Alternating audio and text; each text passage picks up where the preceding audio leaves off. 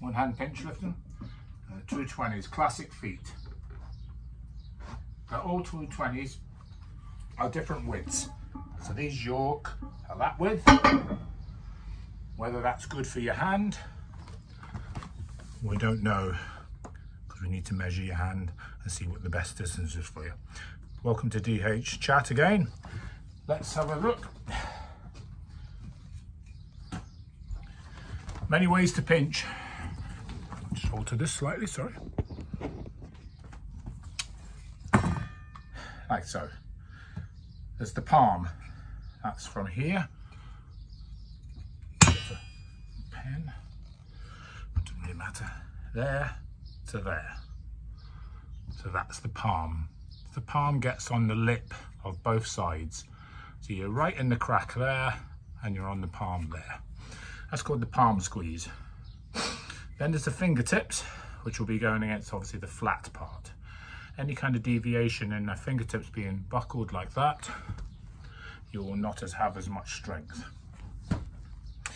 And then there's wrist flexion, of which you'll try to put on, and you'll still look straight probably, but you will try to do that. So palm, fingertips, wrist.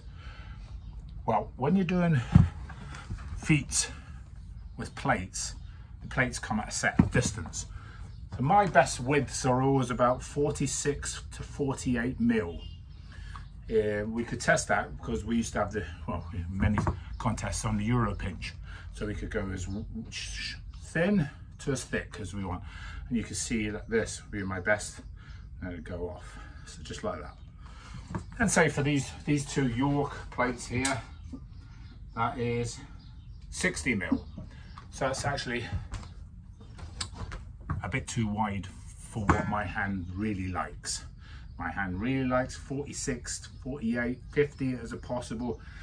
And then it will not be as strong after that. And the same if I go under. Everybody's hands are a little bit different. I remember Steve Gardner would come in at 44, but his hands were bigger. So it's how it feels, the various things, the palm, the fingertips, what wrist you can get on. And this is the case whether it's one-handed or two-handed. This particular tool is very useful. It's called the palm squeeze. I made it for my hand size, and I would utilize it where I wouldn't use fingertips at all and hang the weight and just do palm. Obviously, make sure you don't do that. You want to be just squeezing it in the palm. Great tool as an assistance exercise, you know, for pinch lifting. If you're going towards a record, find out what's not working. You know, find out the weakest part in your particular pinch lift towards the feet that you want. If it's the right width or not the right width, there might be a Saxon bar in the contest and it's not the right width. So you'll have to train slightly different compared to if you were going for something that was exactly your right width. And I'll show you how this is. If I bring over the old Euro pinch.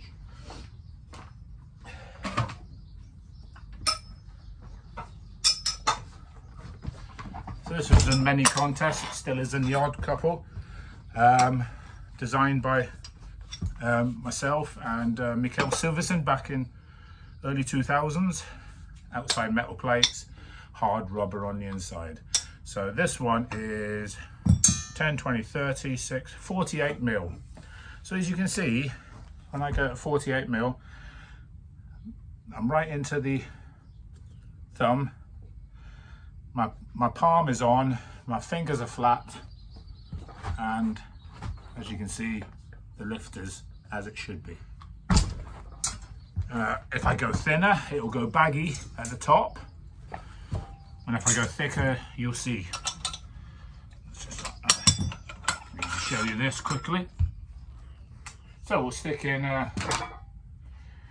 let's stick in another 6 mil and a 10 mil. So we've gone 16 mil wider. This is quite significantly. Doesn't sound a lot, but you can see, look how wide that is.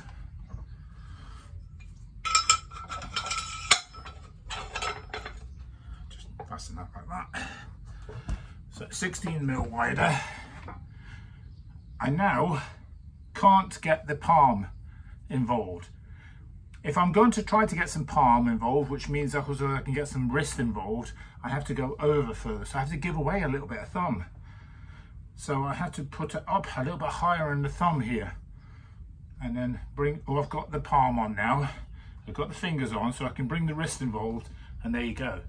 But that position is a lot different to the other position. So we've gone wider. Let's do one more where we go really wider.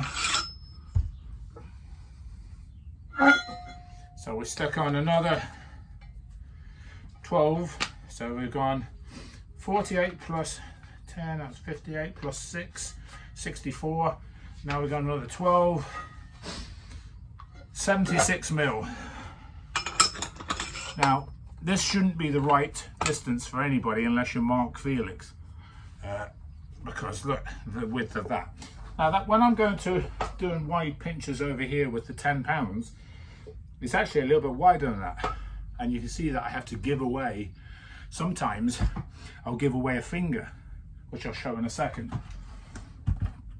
So you can see with this one that I'm going to have to appraise this. It's very wide. I will put in X amount of thumb, but I can't give away too much thumb. I can't get the palm on, but I'm trying to get the fingers flat so I can get some kind of wrist involved, and there we go. But you can see it's very crumpled, and that index finger is totally bent. So I'm having to give away things, but it's definitely not the right width for my hand. And then if we go to, when I go on wider things, so we got some 10s here, 6 10s. That width, 6 10s here is 100 mil. So on this one, let me just rotate this.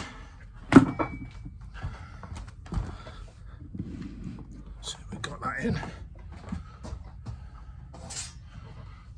Yeah, we got it. So I'm having to sort of give away lots, maybe even a finger. So like that. I now slant my fingers that way, so that these 3 fingers, I'm going to bring this up closer. These 3 fingers can go deeper, like so. This one's really doing nothing. In fact, I'll give it away, as you can see. These plates are not the greatest plates. They're a bit beveled sometimes. There we go. Let's try it again.